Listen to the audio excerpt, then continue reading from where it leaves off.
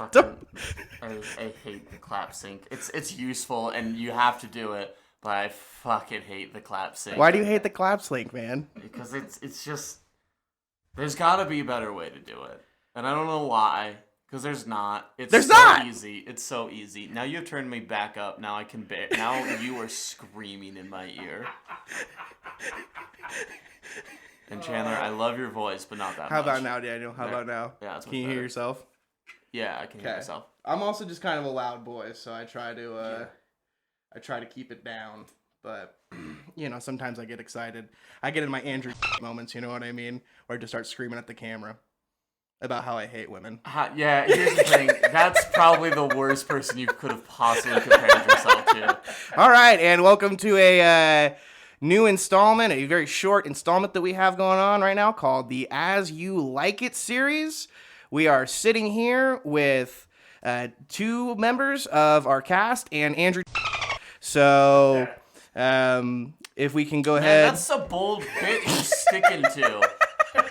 You sure you want to do that? Hey guys, we're talking about our show, and also I'm Hitler. Like, that's the vibe that you're putting out right now. Do you remember, Daniel, how you were like, I'm part of two podcasts. One of them is not family friendly. Yeah. My podcast is the farthest thing from family friendly or the truth that we can get, which is why I think it's good.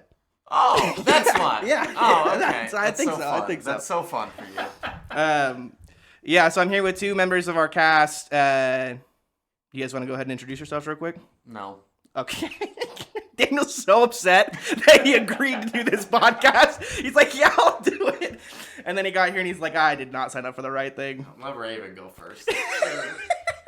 Hi, I'm Raven Claflin. I play all of the characters that make sure that the plot moves forward. A shepherd that makes sure that there's something for them to buy, and the guy that makes sure all the drama in the end of the play is resolved. I guess Justin plays the other guy. Yeah, you are an exposition stick. Pretty much. Yeah. Exposition and a Deus Machina, right, at the end? Yeah, I'm the Deus Ex Machina at the end. So, and I randomly make sure that the set looks good. Yeah, you do a lot in the set. Yeah. Debatably the most. Well, I mean, it's between you and our painter. You guys both do to a build lot. and make the set. I was thinking about during the show, I open a lot of things. Oh yeah, you also do that. Yeah. You do a lot. Yeah. Well, and we're about to open in just about a week, and you're going to have to, sounds like, remake some light cues here, Raven. Yeah, go back in and figure out if I can get that program to do things. Just the chase sequence. Apparently you figured out everything else, but yeah. Janky theater. It's a lovely theater, don't get me wrong, I love OTAS, but man, it's a shoestring budget. It's jank. Yeah. But it's beautiful, man. It is a MacGyvered theater in the back. Well, and it just, yes. And there is no room anywhere is the craziest part about it, is I was like, and the scary part, we'll get to you here in a second, my younger brother. No, Tristan. we don't need to. We'll get to you in a second. But the crazy thing to me is, like, we have not had one rehearsal yet since we've, like, all had to be backstage. So I'm getting a little nervous about that just because I'm like, I don't know how we're going to figure that out now. I think we'll be fine once the show starts, but I think that like 30 minutes is going to be real awkward because there's 10 of us, 11 of us. I don't even know. Not counting Michael, I think there were 10 at rehearsal at some point yesterday, and we thought everybody was there, so I'm going to count it as 10. Sure. And that space fits, the back room fits maybe 5. And then you've got another back room that fits maybe 3. So that means 2 people are just kind of wandering somewhere in the ethereal plane of OTAS. Well, I mean, Rebecca's almost always on stage anyways, so, like... But it's before the stage is the only concern. Once things get started, then we can also, like, have the area in between the bathrooms, like, then we're opened up. But until that point, we're going to be real close with one another. Yeah. Well, I think to counteract that problem, what we could do, and I wanted to talk to you about this, Raven, before we started, is do a green show. I don't know if you remember from a few years ago when we did Much Ado, that we had a green show. Yeah, you guys didn't Dogberry and the group came out and did something beforehand. I don't remember what it was. So it started out where Norm wanted us to come out and like have Tanner Ketterman, shout out, playing Dogberry to come out and like teach us how to like be warriors. Right. But I got bored with that. So I just started running around as my blind old man. And Hey, do you think maybe that's why we're not doing a green show this time around? well, that's what I wanted to bring up was the fact that I could bring it back. You know, it was such a crowd favorite back in the day. It was, dude. We ripped that place, bro. We ripped it apart. But my question is, there were other professors that we had that fucking hated that green show. Were there green shows back in the day of Shakespeare? Like, were there shows before the shows? Oh, a pre-show? That's a really good question. We don't definitively know. The kind of thing you're talking about with like the actors on stage, probably not. For the record, for I don't think we've talked about Raven's credentials, but he is a Shakespeare scholar. He actually knows Shakespeare on a whole other level than like Chandler and I. So that's why Chandler's asking these questions. So we know specifically for the Globe, for the Rose, which was the biggest rival. So Marlowe's troupe, the Admiral's Men. And also when Shakespeare's troupe, which were the Chamberlain's Men at the time, became the King's Men and they got the Blackfriars, the first indoor theater. They had basically a house band. Oh, wow. Way to think about it. So they had the Hautboys, which are oboes. That's what they're called. That's like Hautbough or something. Why do we not call ourselves Hautboys anymore? Yeah, they became the oboe. So the reed instrument, the oboe. But it's a stage direction you'll see. For like King Enter, you see Hautboys, and it just means that there's an oboe sound. Incredible. Why are there not more of that? We need more Hautboys? Yes, we need more Hautboys. I need to be a hot boy with Hot Wheels, you know what I'm saying? I don't think they had a Hot Wheel instrument, but they would have had period instruments, and they would have played music probably before the show. They would have been there to do any musical cues needed, and they would have done music at intermission, which we actually don't know what intermissions would have looked like for the Globe, because it's an outdoor theater, so they don't have to worry about any lighting stuff. We do feel like there would have been a 2-hour performance. In the Blackfriars, which is the indoor theater, they had an intermission after each of the 5 acts. So every Shakespeare play is in 5 acts, which was to trim the candles. So they drop the chandeliers, trim the candles, and then pull them back up so that you make sure you have the right kind of light. Trim the candles? Yeah, they use tallow candles, which the wicks have to be trimmed or else they can sputter and put themselves out. Wow. Which you don't want in the middle of a room that is lit by tallow. Mm-hmm. Do you know how they would trim the candle? They drop them down and then they just trim the wick down. Imagine with some sort of scissor or something along those lines, Chandler. You think they had scissors in 1616, I think they Daniel? had something similar. Oh man, the Taylor shears from that time, they're like giant, huge scissors. You could kill a man with those scissors. Yeah, it makes sense. Everything was a cartoon back in the day. That makes sense. Kind of. So you're telling me that it wasn't a blind old deaf man running around screaming the lyrics to All Star by Smash Mouth? Well, it might have been a blind deaf man running around, but not those lyrics. So Facts. Yeah, I don't think Smash Mouth was popular until like 1750. So I think he was a little post Shakespeare. Yeah. Hey now, you're a rock star. I said the wrong lyrics, dude. I said rock star. Yeah, you sure did. Yeah, it's my problem.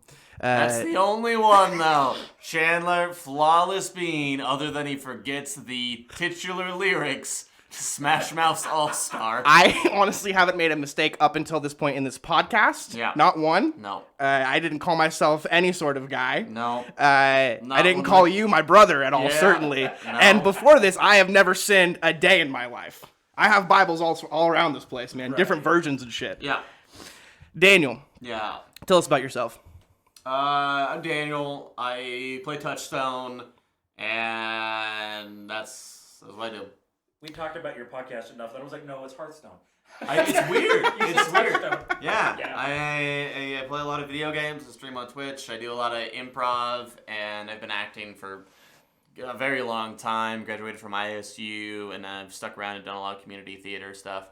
And I think this is one of the most fun shows that I've ever been a part of. Like this is a chaotic. It's a real clusterfuck if we're honest.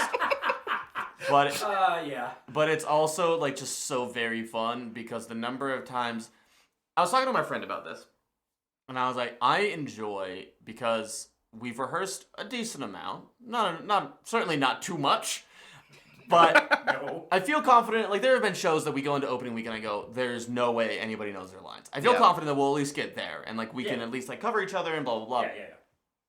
I could not for the life of me tell anybody what you're going to do in any of our scenes. And I was like, that's such a weird feeling of like, and it feels like the scenes with Tracy and I, something always goes wrong every scene, and so it feels like Shakespeare is like the suggestion that we get from the audience, and we just kind of go adjacent to it. Yeah. We're like having fun, you know? We're going, as we said in rehearsal, we're going off the rails a little bit. Yeah. The thing that I've really enjoyed about this process is it really just feels like friends trying to make each other laugh. Like, that's what it feels like, dude. And like, and at the end of the day, like, I don't give a fuck if anyone in the audience laughs. I don't. If I do? No, listen. If I hear Justin Briscoe backstage laughing at some shit, dude, I will be just as satisfied, bro. I promise you. Fair. I mean, I agree. I think it's going to be a good show. Can you tell us about playing Touchstone a little bit? Yeah, so Touchstone's a clown, which means that he has no importance to the plot whatsoever. You could take him out of the plot and the show would be the exact fucking same. But it does mean I get to joke around and mess with a lot of different characters. I essentially act as the main comedic relief for a lot of the show. But there's also comedic relief everywhere in the show. Yeah. So I think Not a tragedy. because of how we have gone about it, of making sure to highlight the comedic elements, because we have so many very, very funny people throughout the cast, whether it's improvisers like Justin and Feeve, or people that are just naturally funny like Neona. Like, there's so much raw talent in our cast that I think a character like Touchstone, who's mainly meant to be like, and now we're going to take a break from the intense or somewhat serious romantic episodes. It's now just like, hey, here's just more fun to have on with that. Yeah. And it feels like that, and Raven, feel free to correct me if I'm wrong, it feels something like Shakespeare intended those comedies to be, of like, there's a lot of fun, and then here's an additional, like, a different version of fun. Yeah. But I've seen so many people play comedies of, like, so very serious because it's Shakespeare, it's elevated language, and it's exhausting. It's like, sure, the love story's there, sure, the love story's important, but, like, that's not... We're not here just for that. We need that comedic relief. There is natural comedic relief there in all the different characters. And so Touchstone's been fun because a lot of it is just fucking with everybody else on stage. Yeah. Either it's messing with the shepherd, trying to get the shepherd to say something and being like, and here's how you're an idiot. Whether it's the royal family and just messing with them, whether it's hyping up a wrestler, whether it's falling in love with a goat lady. Like, Touchstone just has his best life on stage. And his best life is just, I'm going to make everybody else's life a little miserable, and I'm going to laugh at that. And it's been a very fun journey because he's very different than a lot of other characters that I've played, in that he just has no abandon for his own safety or for his own well-being, and he just wants to either A, make other people feel dumb, B, make other people laugh, or C, just like cause chaos. If he was a type of D&D character, what do you think Touchstone would be? He'd be the bard that fucks everything that moves. Isn't that like all bards? Yeah. I saw this TikTok. I don't think it's a TikTok. It's like an Instagram reel, and Way it to was. say that like an 80-year-old boomer. I saw a TikTok. Listen, my man.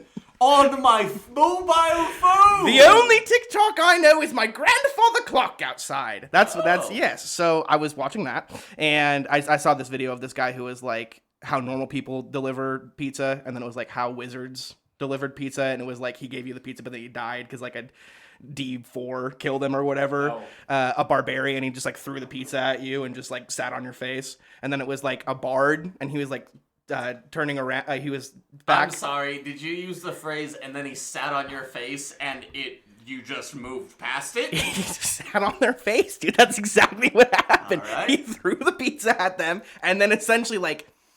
It's not the right term, but like Batista bombed their face almost. Like if Batista bomb was like actually how Batista, like a Batista bomb is like they're down here and then you pick them up on your head and you toss them down. I think a Batista bomb is just shoving your ass right into someone's face. Oh, that's so interesting. Okay. Yeah. Thanks, Daniel. Yeah. Raven, do you agree that clowns don't add anything to? I didn't even finish that TikTok story. It's okay. Did you? Do clowns not add anything to shows? It depends on the show, right? Like Touchstone is there.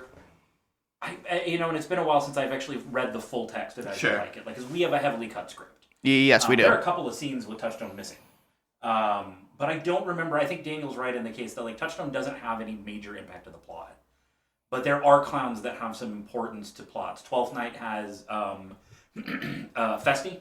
Mm-hmm. Festy is a different kind of clown, and you and I have talked a little bit about this because it's when they go from the more slapstick clown that William Kemp played to the more introspective clowns played by Robert Armin when Shakespeare's company, their clown actor changed, basically. So Festy's a little more introspective. He offers commentary a lot, but he's an important part in the side plot with Malvolio, which is where the darkness in that play is the way that they really, God, what's his name? Toby Belch, and that group pretty much torture and are very mean to Malvolio. Yeah, they trick him because they're the ones who write the letter, right, about the yellow stockings. They write the letter that makes him think that his lady Olivia is in love with him, and then when things are going weird, they also treat him like a lunatic from the time period and put him in a cellar, right, where he is then to be whipped and such. And Festy plays a role in that of being the sort of judge that comes to determine whether or not he should be kept in the cellar. It's a side plot. There's usually a side plot in most Shakespeare, and he's more foundational to that one. But I agree that Touchstone, yeah, he's mostly there for comic relief. Where do you rank Touchstone on the class of clowns, important clowns in the idea of Shakespeare? That's interesting. If you want to go with the clowns that have importance to the plot or maybe culturally. The one that probably stands out the most is the Fool in Lear, who is the most unfunny clown you've ever met. I don't think he has a funny line. There isn't a funny moment in King Lear. It is a tragedy from start to finish. But he is an integral part to understanding Lear and one of the few characters that really cares for Lear, right? So he's probably had more of a cultural impact and is one of the more important fools. Touchstone, I think, is just one of the most fun. He's probably... He and Festy are up there as two of the most famous, well-known clowns. Because it's do either of you know where Lancelot Gobbo, which play he's from? Let's take a guess here, Daniel. Yeah. I'll give you a hint that it is from a comedy, not a tragedy. Perfect. Ooh, I was going to guess a history, so that does help. I was also going to guess a history. There is at least one clown in a history that I can think of. And that's because my brain, I was thinking about important clowns. I remember reading a history of a clown that had some importance with regards to the plot. Well, there's that. I'm thinking there's a character that is treated as a clown. He isn't. His name is Jack Cade. He's in, I think, 2 Henry VI. He's an actual historical character who led a rebellion against the then, I think it was the Lancasters that were in the War of the Roses. So York, Lancaster, just pick a day and you'll pick which one. Yeah. So he's a real person, but he's played as a clown. He's the one that has the famous line, "First thing we do, kill all the lawyers." That's him sitting. Hell yeah. in the grave, Hell yeah. Well, and it's followed by a bunch of stuff about how they're gonna make beer free and a bunch of that. So he's this proletariat sort of feeling clown, a modern term for it, but he's just being ridiculous. Yeah. But no, Lancelot Gobbo's not. He's from a comedy. Okay. It's a pretty well-known comedy too. I'm thinking Taming of the Shrew off top, but I know it's not. I don't think it's that because I've been in that show, even though that was also a cut script. I'm gonna go on a limb here, and I'm gonna say that I know this show, but I'm just throwing it out there, and it's wrong. Midsummer Night's Dream. No. Midsummer Night's Dream has Puck. You don't need a clown. Fair enough. Fair enough. Puck is basically there isn't actually a clown in that play. Puck is the closest you get. Taming also doesn't have an official clown. Petruchio pretty much covers it, Fair, yeah, fair enough. There is another character you could argue. I'm forgetting which one it is now that could be the clown in Taming, but usually we just Petruchio. What is it? 2 Gentlemen? Nope. That would have been my. There's a clown in 2 Gentlemen. I think it's Crab. Yes. And he's famous for having the dog. Yeah. No. Merchant of Venice. A play that very few people remember as an actual comedy. Yeah, I would not have classified. My brain does not associate that with a comedy. Ends with a wedding. Well, Yeah. got him there. The main characters, right? Antonio and Bassanio and Portia and Nerissa, they all end happily. Shylock is the only one that doesn't. But in our modern world, which I think is the right reading for our modern world, we see Shylock less as the villain, which he really isn't. Yeah, he's a victim of like a pretty harsh anti-Semitism and other things. But yeah, there's I think it's Bassanio has a lackey by the name of Lancelot Govo, who is a clown. He doesn't have a large role in the play, and he often gets cut in a trimmed down version. But the few genuinely that is funny. They're fucked up because it's just funny. Tends to be just Lancelot. So I run this podcast. I can't even fix these headphones. Wizard. But I think Touchstone often is one of my personal favorite clowns, though, because his energy level is much higher. He's funnier than Festi. Festi's sardonic, and so you have to kind of be aware of situations to understand a lot of Festi's jokes. Touchstone, except for the last bit, which all of your gestures are what's making it funny. Yeah. It would have been funnier to Shakespeare because that would have linked into cultural knowledge of the time, but we don't have it. Right. Right. So a bunch of those jokes just drop. Some of the stuff you are telling me as Corin, the shepherd, also in period have a bit more funny or more noticeable about what's going on with that, but they get lost a bit. Yeah. So. But yeah, Touchstone is usually my favorite clown to see on stage. I think is where I would put it.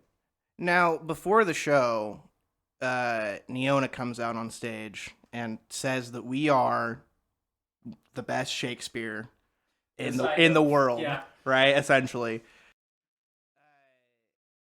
Not necessarily to ask you to rank, but how do you think this... I mean, Raven, to go into your credentials a little bit, can you just tell people your background with... Sure. So it starts literally, I was born in Medford, Oregon, Southern Oregon, so I grew up on the doorstep of the Oregon Shakespeare Festival. Added to that my mother was a costumer there for a decade. So, wow. For 10 years, I had free access to see some of the best Shakespeare in the nation. And then after taking a Shakespeare class in college, decided I want to teach that for a living in college, and so went and got a doctorate to do that. In process, I also worked with the American Shakespeare Center in Virginia, Stanton, Virginia, which at the time had the world's only recreation of Shakespeare's indoor theater, the Blackfriars. And it's the program there is a theater scholarship hybrid program. So we did a lot of scholarship, but we were always on stage, always acting and showing what we were talking about by acting out things. And I don't remember the question that you were asking me how this you're getting to ask me a question. That's how does this kind of stack up to what you, not to be how where do we rank or whatever, but what is this show like compared to other shows you've been a part of and seen? Other shows I've been a part of, this actually reminds me a lot of a touring troupe that I did for that graduate program that I did in Virginia. The grad students would get together over the summer and do a touring troupe, and we would take it around, usually just Virginia. Sometimes certain troops got into some other states. But it was literally just 12 of us, picking a play, and we did it in what we would call more original practices, no director, right? So at Shakespeare's time, the director didn't exist. Wow. And they didn't actually really do rehearsals. We have no record of any rehearsal ever happening. It was memorize your lines and only your lines. You don't have the whole script, right? And then get up on stage in front of actors and or in front of an audience and put together the play. For the first time, the first time the play is ever seen is the first time with an audience. There isn't anybody watching a rehearsal. Wow. Now, we actually rehearsed. Yeah. But we did it without a director, so all the groups sort of worked their own scenes. And my first summer there, we did Comedy of Errors, and there were 12 of us. And this feels a bit like that group of all right, what can we do to make this funny? Because Comedy of Errors is actually, along with... the one we're doing, As You Like It, is one of the few plays that doesn't really have a real dark side, right? There's a little bit of darkness in As You Like It. We have a duke that banishes our main character and all that. But And a clown who wants to kill people, man. right, yeah. Whether he's bark or bite, it doesn't matter. You want to kill Willy Boy. I would contest that version of events. I'm gonna get that real quick. Yeah. Go ahead and keep talking. Yeah, but How are you gonna get out of this? This is I got it, this is bro. a I'm not maze, worried. my friend. No kidding. But it was. That might not be good. That's Yeah, exactly what I expected would happen when you started walking that way. You know what's funny? This is the second time that's happened on this podcast. Yeah. Where I'm like, I can just walk over things. Hey, you know what would be really funny if you just like set it up so that way you didn't have to deal with that. Hey, That'd man. be very fun. Daniel, Yeah. remember what I told you at the beginning of this podcast?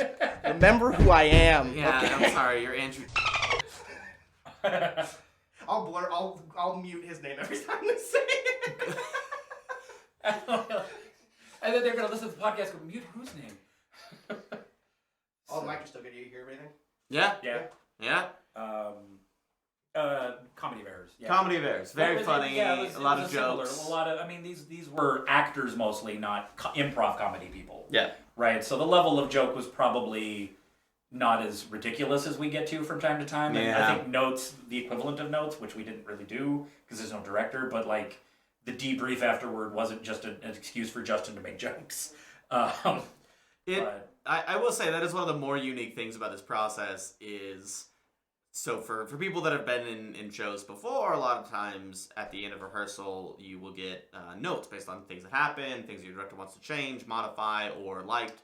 And most of the time, it's like a 15, 30-minute thing, depending on where you're on in the run. Director says, here's the thing, and we all go, thank you, and then we move on to the next thing. And hey, there's our director. Speaking and with our notes, this time around, it's much more like, Michael says, hey, make sure to enter from downstage left. And then Justin goes, downstage left? I hardly know her. And then we laugh for 5 minutes. Yeah. And then Michael goes, okay, but seriously, remember to go downstage left. And then everybody goes, downstage left? I hardly know her. And so Michael has, like, probably what could be done in about 10 minutes of notes, but it ends up taking us about an hour because we like the sound of our voices too much and we make too many jokes. Yeah. I've lost control of the show. Yeah. It's about time for you to lose that control. Isn't that usually what Yeah, happens when it yeah. opens, though? Yeah, Like- that's fair. Yeah. Can everyone scoot over just like a tad that way? We can give it a try. Up, 2, 3, 4. Up, 2, 3. Up, 2. Yeah, Michael, now you're in this bitch. Scoot that mic over. Everyone give it up for Michael! Yeah, Michael is here! Yeah, notes are very fun. What was it? Justin said that we should bring family and friends to just the watch notes? the notes. Yeah. Yeah, because it's just a riffing / ribbing session. Yeah. I think the only problem I would have there is how many in-jokes are in the notes that we would have That's- to stop and go, okay, let me explain why we think this is That's my biggest fear, is that the things that are making us laugh won't necessarily make the audience laugh, because maybe we've gone like 3 times like hitting a joke and now it's like just become this weird inside bit that we all lose our shit with, and the audience will just go, what? That's what I was saying before this. I was saying that this show just feels a lot like friends just trying to make each other laugh. Yeah. And I was like, Daniel disagrees with this point, and I that's, heavily disagree with this point. this is fine. You can disagree all you want, Daniel. I don't care if one person laughs at this fucking show, Michael. As long as I'm making Justin Briscoe in the back laugh, that's all I care about. It's not all that hard to make Justin laugh, though. Like, he's pretty... 21. See? Sorry. Yeah, there we go. Inside jokes already. Michael, why did you want to direct As You Like It? Because Otaz asked me to. And you're like, if there's like some big artistic thing on, like, oh man, like I love Shakespeare, and like I just want to explore these different relationships. Nah, Otaz is like, want to direct a show, and I was like, oh yeah, let's do it. You know this is going out online, right? Oh, okay. Well, Yeah. I was excited to do it. I was Yeah, that's thrilled good. they asked me to. I figured they made a mistake. Now, they didn't make you do As You Like It, right? I think they're like, this is the one we wanted to do. I can double check like the email chains, but I think that's what they were planning on doing for the summer season. Was specifically because they have never done that for me. Whenever I direct, they're usually like, "Here's the slot. This is maybe a genre that we're looking for." But they with you, they were like, "Hey, As You Like It, yes." They definitely were like, it's gonna be Shakespeare. Okay, yeah. So- That makes sense to me. And I believe they were like, you do this one. I think that was the plan. I will double check that. Maybe I've just decided that it's like, no, they told me I had to do this. I do enjoy that you just let things happen to you. I do enjoy that you're just like, it's going to be Shakespeare? All right, cool. No, you don't hear back from them for 3 weeks, and they're like, we're doing As You Like It. And you're like, oh, that's great. You guys made my choice for me. That's awesome. I mean, that is kind of how auditions went. Michael was like, the show's cast, nothing for 3 weeks. Yeah. Rehearsals tomorrow. Fuck, what? My life has been falling apart. The spring semester between work, I spent probably like a full month just out of Pokey, just traveling for just doing AmeriCorps stuff.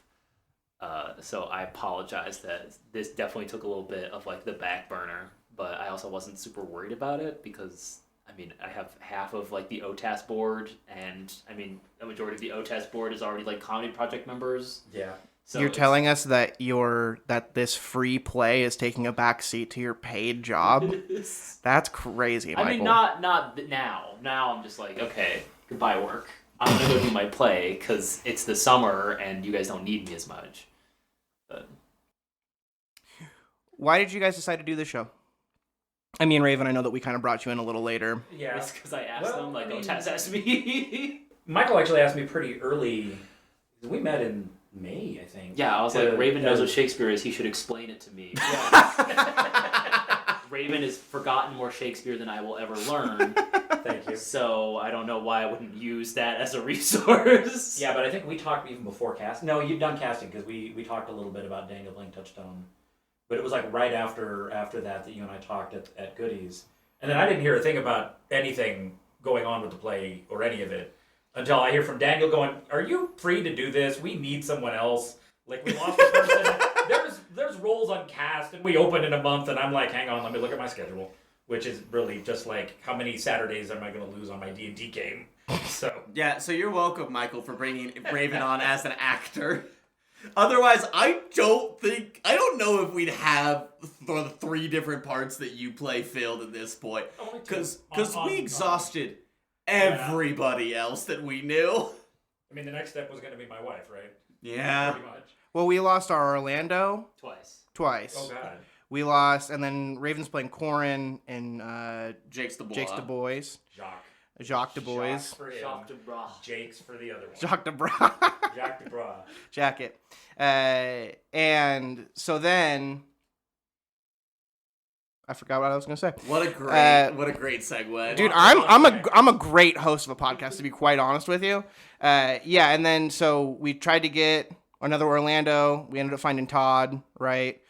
Probably through another actor. Yeah, we like threw some like cookies like Hansel and Gretel style. Like, come here, you want to act with us, Todd? Like, we gotcha. We'll make you fat. Here you go. But yeah, so not only does Michael let everything happen to him, we also found some actors for him. Yeah. That's a clap. Just enough. Yeah. Yeah. Daniel, why did you decide to do the show? Why did you want to do it? Well, it's not inspiring. It's because I knew Michael needed people. And I was like, I haven't done Shakespeare in a bit. I like Shakespeare. Michael needs help. This has been like the biggest fuck it show I think ever. Yeah. But like at the same time, I'm very fond of the show. Yeah, I think this is one of my favorite shows I've ever been a part of. Yeah. And just like the cast and the camaraderie that we have, and Well, I was getting back to that summer production. It's like the slum Like, soup. It's fun to go to rehearsal. Like, it doesn't feel like work. yeah, Sort of a thing. It's fun to be there. It's fun to work with people. Everybody's generally like happy to be there and help when they can. You know, like, yeah. It doesn't feel like hoity-toity theater, I guess. Is a good No, No. I don't think it can feel like hoity-toity theater when it is built into the into the show at this point. Yeah. Let me list off some things without any context. Oh, shake weight. 1, shake weight. we have a shake weight. 2, the line, give him the chair. 3, the line, now through costume magic, I am evil again. Okay. Yeah. A lot of those are improv that we were like, we can keep those. And Keep going, Daniel. 2 eye patches. Just throw that out there. Yeah. Without context, 2 eye patches. Willy Boy. Everybody's allowed one howdy. No, that is not what I said. Dude, when Todd came on stage with a sword and went, howdy, I was like, bro, you can't right now. You have a sword in your hand. You came out with a handlebar mustache and a Colt 45 for sure, but... Oh, No, yeah, we're just changing genres. And every scene is a new. I was gonna say another out of context tape mustache. Yeah, Yeah, we do have fake mustaches. Just One Tracy wig. at all in the show is hilarious. It is crazy to me that Audrey's first scene is 3-3. Yeah. That is a weird thing to me. Tracy did just confide in me that Audrey is her second favorite character that she plays, and I can't remember what she named the whoever she plays in the Duke's Court and both the Duke's Courts? Yeah. She's decided it's the same person? maybe. I think they have a different. I mean, I have a line about every day they're leaving this Duke and going to the other one, so... One very small thing is that when we're in the background, everybody's so fucking funny unnaturally that I'll strike up a conversation with anybody in character, and it's amazing. There's a scene where we're waiting for you to wrestle, and the actual action is happening downstage, and so it's me and the Duke and LeBois. That's LeBeau. LeBois. Blah. And Lebra. and we're all talking in graphic, horrific terms about how you're going to just like rip out one of this dude's lungs or liver and munch on it in front of everybody else. Finish him. That's what I'm missing. Yeah, and so we're just trying to say the most horrific things to make the other person break. And it's even better because Justin's in his I'm a regal Duke voice, and Ted is in his French accent, and I am in my making fun of Ted's French accent, and it's a delight. So there are more funny things going on in this show than I think even Michael is aware of. Well, now that I'm like running the lights and like trying to take notes, I'm going back and forth between three things that Yeah. pop up. Like, are they doing what they're supposed to be doing?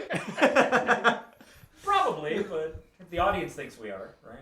Yeah, we'll see. I'm excited for Wednesday. I'm excited to see how that changes. Yeah, dude. It's Yeah. like I was telling you, like my favorite thing about theater is you rehearse one show and then you get to the audience and you're like, oh, we're doing a different show now. Oh, yeah. Like it's like, yeah, there's still like the basics are still there, but you're like, oh yeah, this show is like other people are laughing, like outside of our cast now. This is actually something I wrote about in my dissertation. The fact that there's a significant difference between like going to a movie and going to a play. The audience is part of making the thing work. Absolutely. Yeah.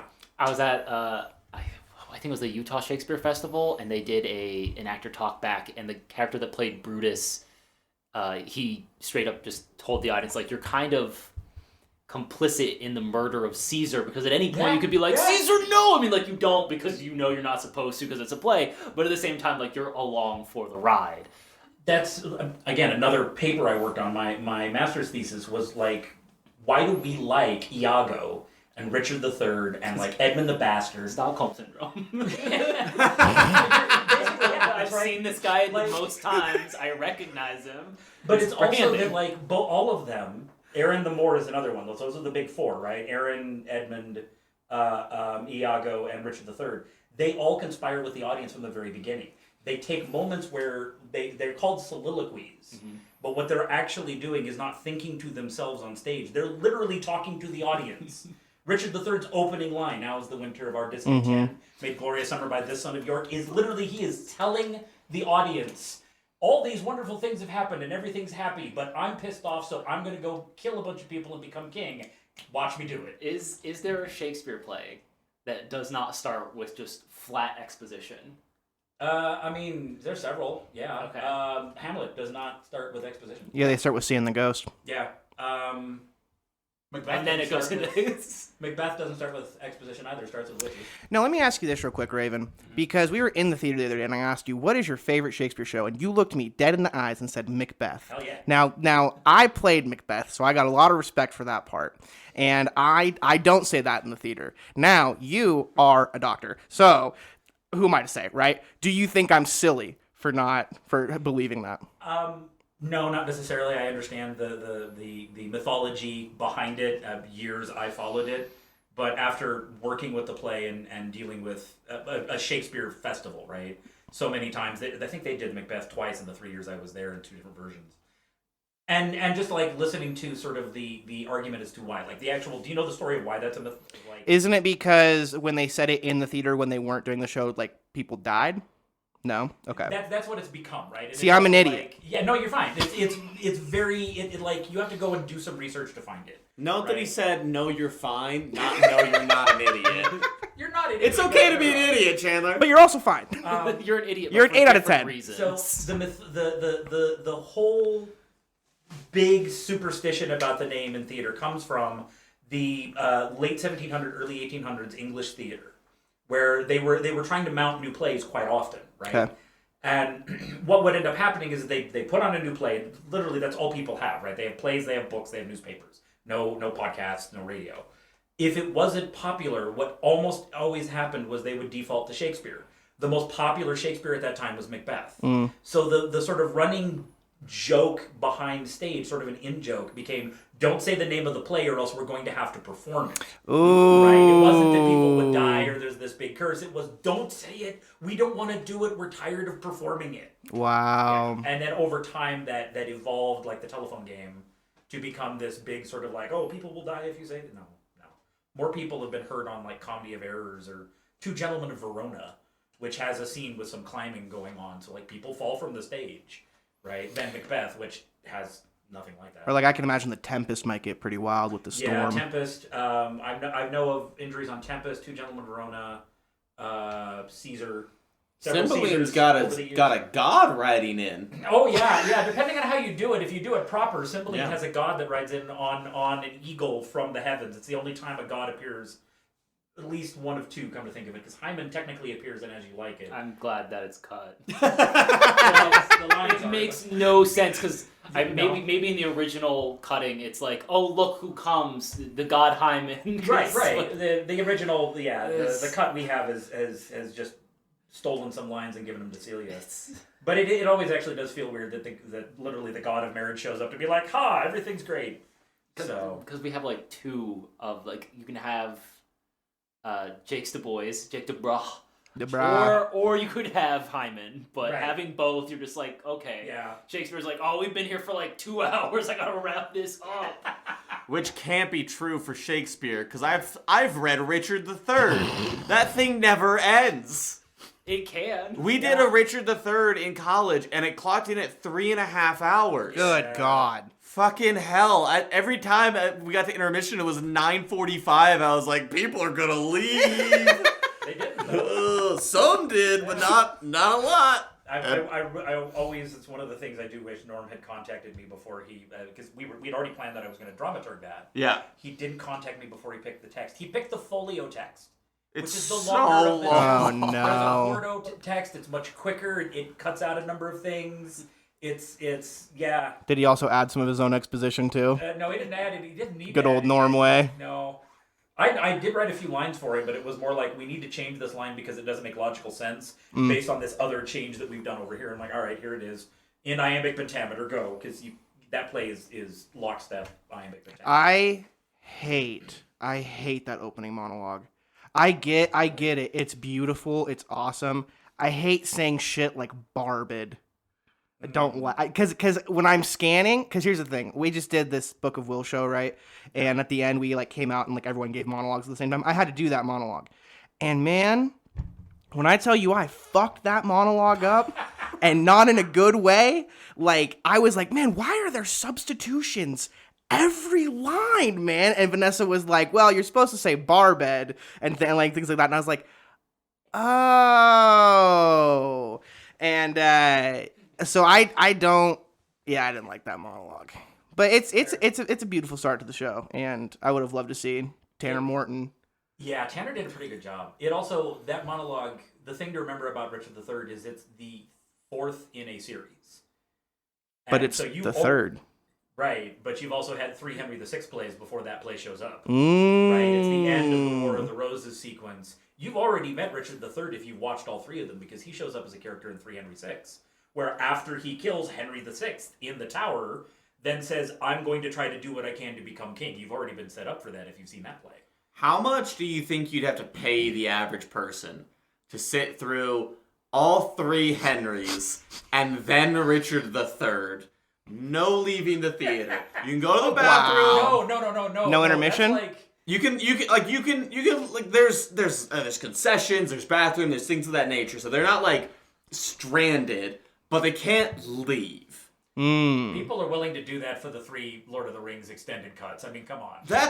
You're telling me that the average person is as entertained by Lord of the Rings as they would be by Henry VI parts 1, 2, 3 and Richard III. You're out of your mind, Raven. How well do you know the three Henry VI plays? It doesn't matter. No. It doesn't matter. It really does. What do you think Game of Thrones is based on? Boom! Do you? All of that bloodshed and weird chaos going on is all... Child King, baby, Child King. Here's I mean, the thing. there are demons that show up. There's a woman walking around with the head of her lover talking to her husband. We talked about a rebellion, right? Like, the amount of wars, the battles that just happen on stage, people will, like, literally scenes where they have to go up ladders. Like, in the Globe? How the fuck did they do that? We still don't actually know. Look, amazing for its time. Would I see that? Maybe. I saw that shift in your face. Well, didn't you guys do a show long ago about dicks at ISU? About flaccid penises or something? What? Or I think you're thinking about penises having STDs. Yeah, did you guys do a show about this? Night of the Burning Pestle? Did you not Yeah, know? Night of the Burning Pestle, yeah. We did do Night of the Burning Pestle, okay, yeah. I was going to say, did you not realize that the title of that is a pun? Yeah, no, I did. And that show's got a rip, huh? There's it's like there's got to be crazy shit in that show. Yeah. When I tell you the most alone I have ever felt was performing Night of the Burning Pestle on Valentine's Day Oh no. for 15 people. Oh, God. I'm sorry you had to do that. I was like, Was it a one-man show? no. No. It was that There were some night. testicles, so was that like 3 people? It was real close to essentially the audience outnumbering the performers, and I was like, cool, You mean the other way around. cool. Sorry, yes, the performers outnumbering the audience, and it was like, wow, they're all here on dates. Not enough of them are. And they came to Night of the Burning Pestle, Yeah. which is a fantastic play, but so many of the jokes are period specific. Yeah. Yeah. Like, I had to research most of the jokes in there. I should have earlier on gone to offer my services as dramaturg. Yeah. Then you could have had me do the research. Yeah, it would have been great. So Well, you also could have just had someone go, in Shakespeare, cuck, horn means cuckold. yeah, we're trying to make sure the audience doesn't lose Listen, that joke. maybe I'm talking down to the audience at that point, but at the same time, it makes me laugh when I thought of that bit and Thief already Mystery Science Theater 3000ing that whole scene. She does a fantastic. It's the one character that was like, I had not actually realized until doing this production how long Celia is on stage and does nothing. And Thief does a brilliant job of finding ways to delight the audience while this love thing is going on that she does not, that her version does not care about. Mm-hmm. Yeah. How do you describe As You Like It to other people? Anybody? Other than a great Shakespeare comedy. Like when they're like, what is this show about? I say it's a comedy because it ends in a wedding. No, I mean there's that. Okay. Girl dresses as boy, pretends to be girl, gets lover. In the forest. In the forest. Yeah, I just say forced love. Yeah, but that could be Midsummer's Night Dream too. I think all of Shakespeare is just forced love, to be honest. Two Gentlemen of Verona, Merchant of Venice, Romeo and Juliet. Macbeth famously does have a forest. Yeah. And you know what? It brings a love of some sort in the love of reckoning. I just think if we place every Shakespeare show in the Pacific Northwest, we got forced love, regardless. Fair. I will say Macbeth and Lady Macbeth are one of the healthiest, married couples in Shakespeare, which is saying something. Yeah. It's a thesis statement for Oregon Shakes. Pretty much. Forced love. They're not going to take me, man. I'd walk in with my forced love idea and then be like, you need to go back home. What has everyone's favorite part of this show been so far? I think we're getting pretty close here to about 50 minutes, so we'll start wrapping up. But what is everyone's favorite part of the show that we've been in so far. Process-wise, moment in the show, note session.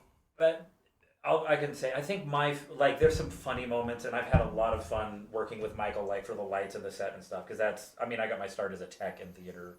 Shakespeare came later for me. The moment, though, that has just become a special joy is I'm on stage when Ted does All the World's a Stage. Yeah. He does the 7 Ages of Man speech. I'm playing a lord on stage. I interact with him a little bit. Like, I don't have a line, but just to be on stage, because Ted is so good at Shakespeare. Like, he really understands the cadence. He knows that speech. He knows it, knows what the nuances, and he just nails it every night. And we haven't had a performance, and he nails it every night. Yeah. Right? And being on stage, to be able to interact with him and be a part of that is a special joy for me in this production. If we can stop right there before we hit everybody else. It's amazing that we have Ted in this community. Like, sometimes he just opens his mouth and talks, and I just think to like, when you asked him that first day at rehearsal, hey, tell us about Jakes. And he's like, well, Jakes is the sad clown, and he's melancholy because he's always thinking about, the world, and he's trying to kind of be an up guy, but like everything in the world just kind of seems to like drag him down slower and slower. I'm not even doing that speech justice, right? But when I heard him say that, I literally looked at him and I thought to myself, I will never be able to talk that good once in my life. I like relating a lot of actors to rappers. It's a fun thing I like to do in my time.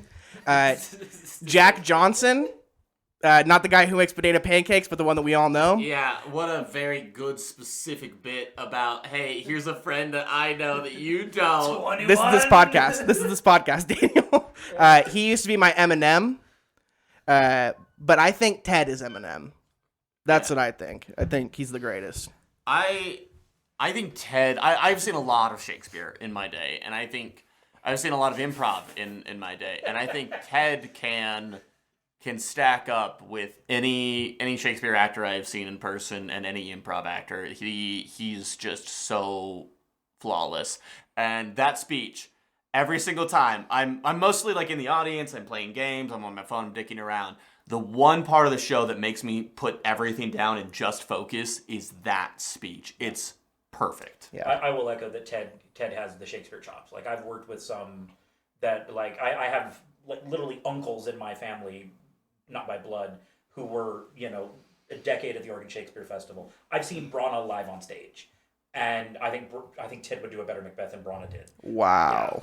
Yeah. Like, Ted knows how to nail he understands the verse, he understands what he's saying. He knows how to deliver Shakespeare so that a modern audience gets it. Mm-hmm. And that's a key thing for a Shakespearean actor is how do you make a modern audience not used to that language understand what you are saying at the word level, not the sense level. Right. And Ted just seems to just naturally do that. That's what my mom used to say when she would come to Shakespeare shows at the college. She's like, it's awesome. It's like seeing a silent movie. And I'm like, I don't think that's what it's supposed to be, Mom. And I don't know if that's our fault or your fault, but it's somebody's fault. So hard. Yeah. That's a compliment I got from my mother once. You tried. From a play I was in. Who was Jason? I can't remember his name. Derulo. Yeah, sure. Jason Derulo. Someone else in the show was like, that guy was my favorite. And I was like, thanks, Mom. You couldn't even at least lie. One of my favorite compliments I've ever gotten, I finished up a show, and I can't even tell you what show it was in, but I was out, and we were talking with audience members, and her son was standing right next to me, and was not in this show, keep in mind. And she went, this show was my favorite show I've ever seen. And I was like, your son's an actor and right there. Are you sure about that? But also, thank you. Lie a little bit. You should have brought her with adoption papers. Here you go. Yeah. Michael, your favorite part? Probably, I'd like to toot my own horn and say I think I made a space for people to show off their own talents. So, like, if it was up to me, you guys would be acting in blacks on a black stage. But Rebecca was like, I'm in this show. I'm not acting on a black stage. Let me paint this. She's like, what do you want this look like? I was like, well, if you want to paint it, like, just tell me what you think you want it to be. And I'm sure we can work off the rough edges and combine that with something else. Same thing with Trina. is I think I said something that got her excited. She was like, I want to costume this. Because again, if it was up to me, it'd be like, hey, you get everyone gets an eye patch. Yeah. Everyone gets a different color. Everyone's in blacks. Everyone has an eye patch. We just wear hats. Same thing with Raven. Raven's like, yeah, I'd like to do this as well, and it's fantastic that I get to just work essentially with just moving people. Because I'm like, oh yeah, that's right. I have to. There's lighting to do, and Raven's like, I can do this. This is fine. the entire chase sequence for the wrestling that was not going to happen if I was on lights on my own. I guarantee you that. You'd have figured it out. It's not that hard. How did reprogramming those lights go today? It was all right. I did manage to find the file on the Mac, copy it onto a USB. Nice. Nice. Export it. Yeah, well, we did export it, but we couldn't get it to actually load correctly. So we went in and did it by hand, but most of them are just reused. We've got Forest Day, Forest Night, and that's the second half of the show. Yeah, That's the only two spots. Yeah. The first half is the most technically intense half of the show. Yeah. Really, Act 1, Scene 2. So. Because we're taking them to WrestleMania, baby. Yeah. How-do-do! Daniel. Boy, it's tough. There's a lot of parts that I enjoy in the show. I think it's a very, very fun show. It's when people keep asking about it, fun is the best descriptor that I have. Yeah, for it, 100%. It's a wild time and it's a wild ride 100% of the way.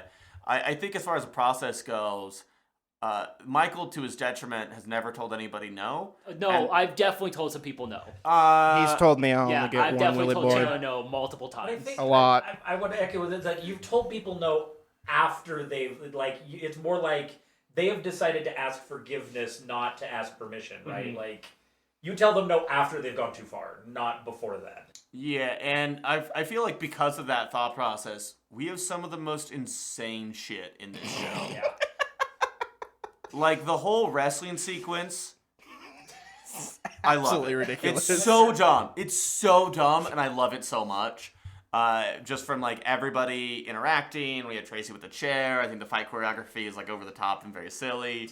And so I think that's a moment that stands out to me because of how the process functioned of we should do WWE kind of as a joke, and then Michael not saying no, and then we're like, okay, but if we were to do WWE, what would be the choreography? Okay, so if this is the choreography, what is this? So this is the choreography, now what are the lights? Now we have the lights, now we need to introduce Chandler. Okay, now we're introducing Chandler, now we need to have John Cena's music. And so there's the layers of how do we make this even more fun is very consistent, and I feel that section is very emblematic of that thought process. Yeah.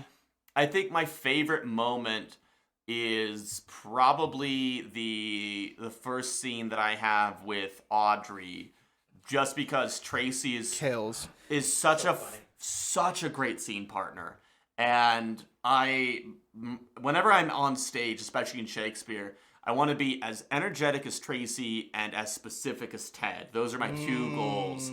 And to be in a scene with Tracy where we can essentially just bounce the energy back and forth, it's delightful because there's so many ways I think you could take Audrey, who's essentially a no-name character for most of it, and the fact that she takes it in a very energetic, fairly intelligent goat girl fun way, I think really, really plays well into my touchstone, and we get these really fun moments with this clown who's one, just wanting to make everybody goof, but I think in that specific starting scene, you can see the kind of the sparks and the friction, and I think it's just a very fun scene, because I don't know exactly what's going to happen every time. I don't know if Tracy's going to jump in my arms and succeed or fail, or what she's going to say when she fails, and which goat she's going to throw. Who knows where the goats are going to go? That's another one kind of out of context, goat toys. Yeah. One of the first things on the prop list was goat toys. I'm like, you mean toy goats? Tracy or toys asked for goats? almost sheepishly about can I get some tiny goats? And I was like, yeah, you can have those. Well, and that's the thing, right? It's the show is so ridiculous, right? There's stuff that I don't know if we'll read. I don't know if Willy Boy's gonna read. I don't. I'm willing to do it, right? You'll know if it reads because he'll Justin laugh from the green room because it's such a small space. You'll hear him go. But there is. It's a couple of us that when we laugh, you can't avoid it. How old are you, boy? 20 and 5? 21. But there are scenes in the show that I have no doubts in my mind are going to rip. 3-3 is one of them. I know Duck is probably going to do pretty well. Yeah. It was hilarious the first time. It's been funny every single time. Yeah, so there are scenes in the show that I'm just like when Fief goes into the audience, like that's going to kill. Yeah, Rebecca needs to shut the audience up. Like, that is essentially what it's going to come down to. She's going to be like, hello, guys. Yeah. My favorite show, man, my favorite part of the show is, I think, the schedule. As crazy as that sounds, Lack thereof. I have really actually enjoyed waking up early on the weekends and going to rehearsal. I just think that it's a different type of like community at that point, because you're so used to like getting together at night and it's 6 to 9 and then everyone goes home and goes to bed. But I feel like when you wake up and you're like, I'm gonna go spend time with these people, like doing the thing that I love to do, with people that I love being around, like it's just brought me a lot of like life. So yeah, guys, thanks for being here. Anything else you want to say before we depart? Daniel, any wise words of wisdom? Come see the show. Drink a lot. Drink a lot. Oh my god, we've been marketing it as so many different things. BYOB, BYOB. Yeah. Yeah, it's a BYOB, but people have also been being like, it's family friendly, and I'm like, come drunk. It is. Shakespeare audience. Good point. It's as family friendly as true Shakespeare should What be. the? Yeah, I would say it is a solid PG-13. Yep. We do heavily imply fuck a lot. I don't know if... Who's to say what the end product is going to be? Because on Saturday, I think we said it 5 times. But I think all of us know that we're not allowed to when there's an audience. You But get who's one to say fuck. It doesn't slip at some point when Willie Boy walks up and goes, "Howdy, sir. Fuck ya." And like, I don't know, Chandler. I don't know what's going to happen with you. I don't even know what's going to happen with Yeah. me, man. But I will tell you what I do know. This podcast is over. Goodbye. Get out of my house. All right. Yeah.